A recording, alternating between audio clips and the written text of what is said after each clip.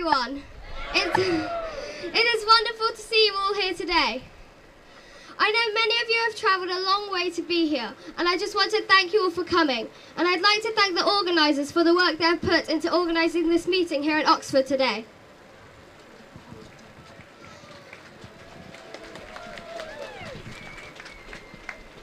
I could stand here and say more or less what other people are going to say about the effect of these 15-minute neighbourhoods, soon to become digital ID facial recognition zones. We are watching the beginnings of the Chinification of Europe in preparation of the social credit system. Please raise your hands if you are aware that we live under what is called the British Constitution. If you are aware of that, please raise your hands. Okay, you can put them down now. And again, raise your hands if you're aware that we live under what is called... No. Okay, and again, raise your hands if you understand the meaning of constitutional law.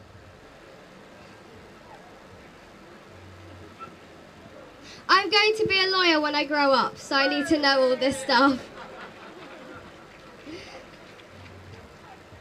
As I understand it, under constitutional law, it is we, that is you and me, the ordinary folk, the corner shop owner, the truck driver, the nurse, the doctor. It is we, the common people, who wield the power and authority. Is that not true? Am I wrong? No, I am not. Okay, so the officials in City Council have to do what we the people want. We the people are not slaves to these officials, and they are not our masters. Is that correct, or am I wrong? The MP, Andrew Bridgen, last month said that the politicians work for us, not the other way round. He said that as he was kicked out of government by the corrupt politicians who have hijacked our government buildings. I have no doubt that more than 50% of these politicians are secretly in favour of the World Economic Forum and their plans to enslave us in their digital nightmare. Starting with their digital ID system, which will give them total control over your bank accounts and whether or not you can access your money. But if you dare try to stand up for your fundamental rights and freedoms, you will be punished. I have no doubt about that either. And the Oxford City officials are building this prison for themselves. How dumb is that?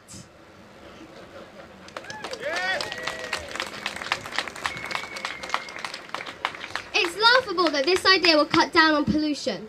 If, for example, you work a couple of zones away, you will now be expected to go out of town to a ring road, drive round the ring road and then come back into town. So how can it possibly be about pollution? Rather than cutting across the short way, a person now has to spend twice as much money on fuel and drive the long way round the city and cause twice as much pollution. And that will have a big negative impact on my carbon footprint tracker. So if I want to have good carbon score, it will mean stay home, don't go anywhere.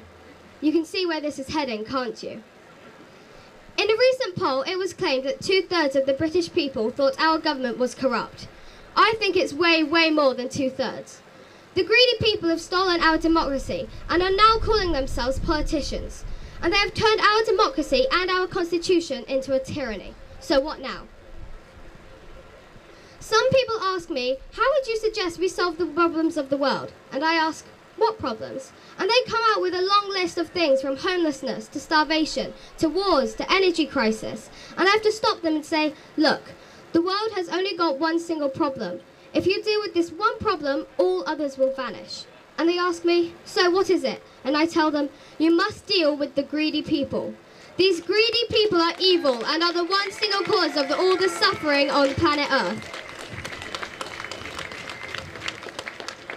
And until you deal with these evil, greedy people, things can and will only get much worse. The imposter, currently squatting in number 10, recently said that transparency was most important. And yet when asked about his £500 million investment in Moderna vaccines, he declined to answer. So clearly we live in a tyranny.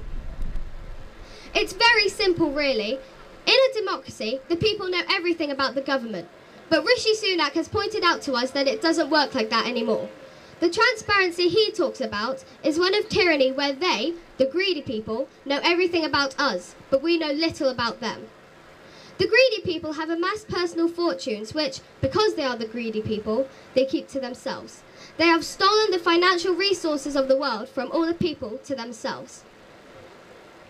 In my world, my utopia, The leader would be a champion of love and peace and would be hailed as a king, not for the type of blood in his body, but for what he did for the people of his country, i.e., increasing the wealth and quality of life and keeping peace with other nations.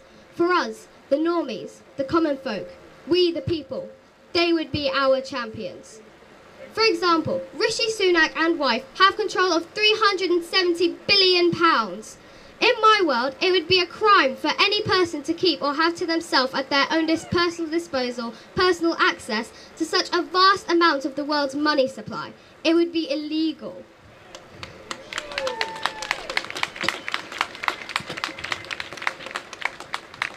In my world, there would be no such thing as a billionaire. It would never be acceptable for one family to store or hoard vast amounts of personal wealth in offshore bank accounts. It would be a major crime to do so. Imagine it. All the problems in the UK, the homelessness, the hunger, the NHS, the energy crisis, all of the problems could be solved very quickly if Rishi Sunak recycled some of his fortune back to the people he took it from.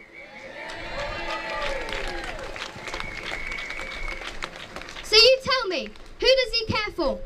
Come on, shout your answers out. Jacob Rothschild! His donors! Klaus Schwab! I heard a couple of things actually, but two things. I heard two things there. Nobody and himself.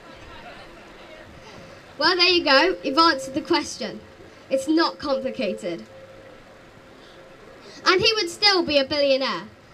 These people are criminals in my book and definitely should not be in our government. And the people urgently need to right this wrong.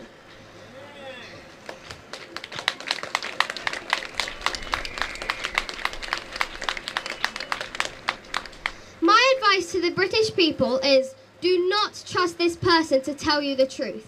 He is a greedy person and only has his own selfish interests at heart.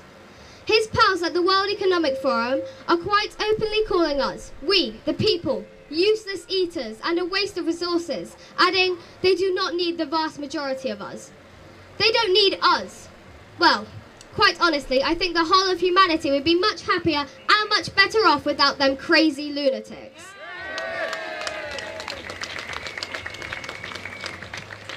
We don't need them, and we don't want them. As long as Klaus Schwab is free, no one is safe.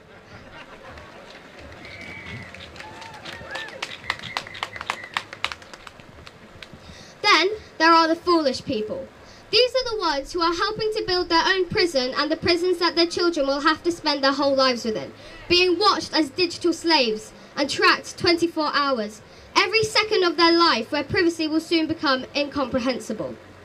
I'm speaking about those well-paid officials at Oxford City Council who think they have the right to force their madness on the rest of us. And then there's the destruction of local small businesses. Businesses that depend on the free flow of traffic and the freedom of the people to move around and go about their lives freely as they choose, in order for that small business to survive. I could talk about the ignorance of these investors in the creation of these prison systems. Large corporations such as Lloyd's Bank and organisations who are acting in shameful and ungodly ways through ignorance and through corruption. Organisations such as the Church of England, who I am sure would have no part in this if they knew where it was all leading. Again, we see the blind leading the blind. All I can think of saying is, oh my God. Do any of you know what is fast approaching? Let's say my friend lives in Zone 3 and I'm in Zone 1. If, for example, I went to my friend's house in Zone 3, my parents normally come and pick me up in their car. It only takes 10 minutes. So does that mean that they would have to go round the ring road and back into town again? If my mum or dad had to drive round the ring road, it would take 30 minutes, causing much more pollution and leaving a much bigger carbon footprint. They will say, you can walk home. Would that be safe for me to walk home? Me as a 12-year-old walking home in the dark alone. Is that really going to be safe? Then they will say, oh, don't worry about that. We've already thought of that. You'll be safe. We will have 1,000 cameras on the streets following you and tracking you all the way home.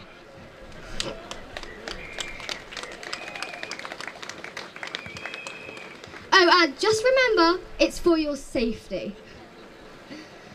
What Are you serious? Do you really think I want to be watched every second of the day? Are you serious? Thousands of cameras tracking my every move until I get home. At this point, I have to ask, is my safety that important to me that I want to be followed by cameras all the way home? Or do I prefer to have freedom than privacy? And also, for your information, I still wouldn't feel safe. No amount of cameras is going to stop someone who wants to attack me. I want to be safe, but not to the extent that I am prepared to give up my freedom and my privacy to have it. Anyone who gives up their freedom for safety deserves neither.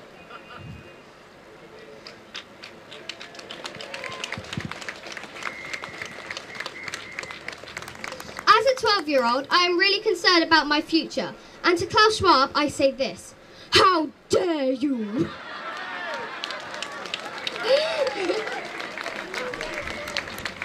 How dare you steal my childhood and my future, and the future of all children by enslaving us in your crazy digital surveillance prison. We all know where this is leading, and by the way, Klaus, just for your information, I still think you're a complete nutcase. How dare you? Who do you think you are? To me, you are no different from a villain in a James Bond movie, attempting to hold the world hostage in your crazy transhumanist dystopia. And for what? To make more money? More profit? Is there truly any amount of wealth that will satisfy your greed? So people, listen. Make no mistake, these are the first steps of a dystopian reality called 15-minute neighborhoods. From a small seed, a huge tree can grow. Do you know yesterday the temperature was 7 degrees, but today it is 12 degrees? The greedy people are claiming that the zones are to do with climate change. Over the last few decades, the greedy people have managed to convince the people of the world that if the temperature goes up by 1 single degree, 1 degree, that all life will become extinct. How dumb have you got to be to believe that?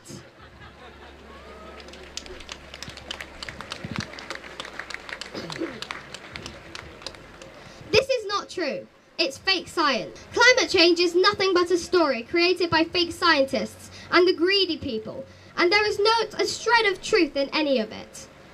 Recycling our waste is a good idea to save our resources and materials and to cut down on waste, but it has absolutely nothing to do with saving the planet. Climate change is being used to control us, to nudge us in the direction the greedy people want us to go. The truth is that the greedy people want total control over everything we do, everything we think, and everything we say.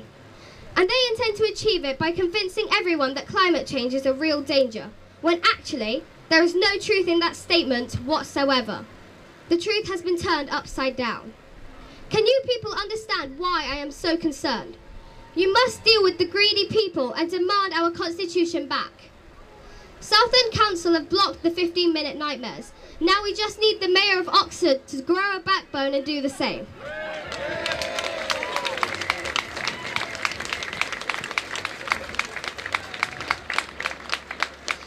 In the meantime, I would advise the residents of Oxford demand an independent investigation into how the city officials got the figures, claiming that most people were in favour of these infringements on your rights to travel freely. You must demand an investigation. That will stop their plans in plan in its tracks whilst an investigation is carried out. So, before you go home muttering amongst yourselves about the craziest, smallest conspiracy theorist you've ever seen, understand this truth. We no longer have a democratic government in the UK.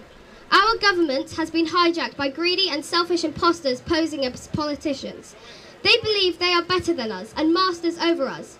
And until this problem is effectively dealt with, the tyranny will continue. Thank you.